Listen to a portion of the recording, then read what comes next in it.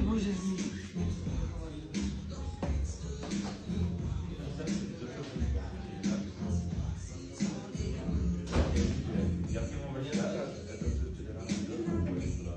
То надо, то не надо. Вот я же тебе говорил, она неопределенная какая-то. Не надо, то не надо. Бедный муж. Лен, бедный муж будет, да? Ну, я имею в виду в плане не материально, а морально. Материально.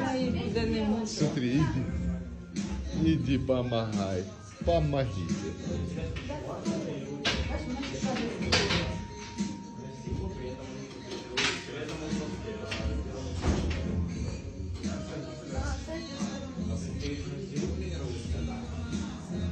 Лена, дай один раз подсрачник завести. Сейчас. Против? Все, хорошо. Все, я вырубил. Ладно, я на мать.